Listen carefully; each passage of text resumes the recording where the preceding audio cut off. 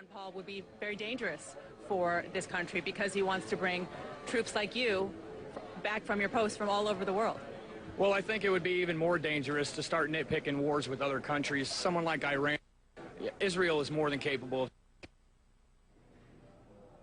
All right, we just lost our connection, unfortunately. Even if he runs as a Republican or as an independent, he could really hurt whomever the Republican nominee is, because still nobody thinks, even if he does well here in New Hampshire, that he will ultimately be the nominee.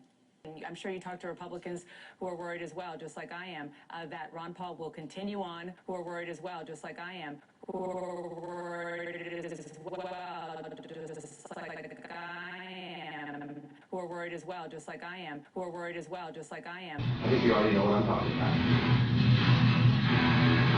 about. Recent polls show that you're actually declining right now as we get closer to the caucuses. And one of the reasons is because Rick Santorum is surging. You've been hitting Newt Gingrich in your ads, you have been hitting Mitt Romney in your ads, but not Rick Santorum. Is he a surprise? You know, I'm amazed at how you pick and cite certain things, because I read one night, just a few minutes ago, it was the most recent one, they said that we were in first place. So, you know, I see the citing a poll sometime as orchestrated for a purpose. Well, right. Now, it's a tight race. It's in 3 places. Anybody could win out of those 3. But we're excited about the enthusiasm, so. Rick Santorum is a former senator. You know what it's like to serve in the Senate. You know what it's like to serve in the Congress. Why wouldn't he be a good Republican nominee? Because he's very liberal. Rick Santorum's liberal? Oh, I mean, have you looked at his record? Go look at his record. I mean, what makes him liberal? He spends too much money. I mean, he wasn't leading the charge to slash the budgets and vote against big government. What do you think about him? You know, he voted to double the size of the Department of Education. He voted to expand Medicare and add free drugs for senior citizens. And he's voted for foreign aid. Those are not conservative principles. 77% of the American people are opposed to foreign aid.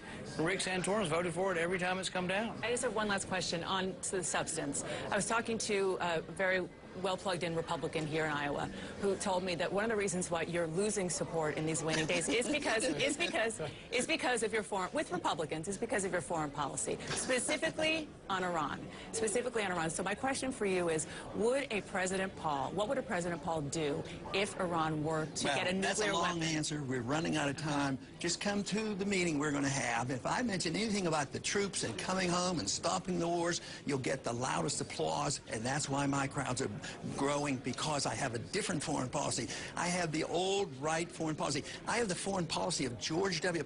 Bush of 2000, when he says, no nation building, no policing the world, no entanglements, none of these wars. That's what he ran on. That's why the Republican Party does support this. They have in the past. But to say that Republicans are going to shy away from this, 70% of the American people are agreeing with me about getting out of Afghanistan. That's what you ought to be talking about. South Carolina, but skip Florida, and then go on to the next caucus state.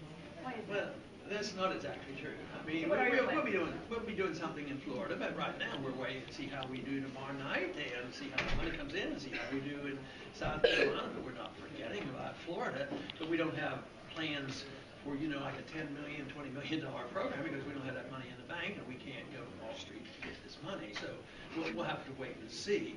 But it is planned that we, at this moment, we don't have a big campaign planned there, but they'll know we're there, and we have the caucus states that we'll be paying more attention to.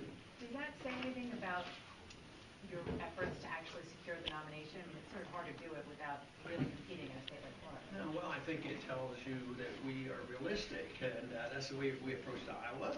We thought we did pretty well there, and right now, polls are looking pretty good up here. So I think we're being realistic. We shouldn't be acting like the government and planning to spend money we don't have. But we have to wait and see how things go.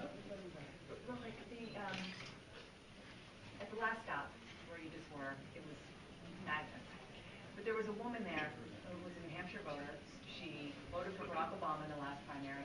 She told me that if she would have been able to just shake your hand and look you in the eye, you would have gotten her vote. But now she's turned off if you do that. Does that say anything about your ability to connect? It says something about the media. This is junk. This is junky question. We're stopping. This is junk. We're moving to the next one. These are junky questions. Yes. Because you, the media, did that to her. She should have been furious with you.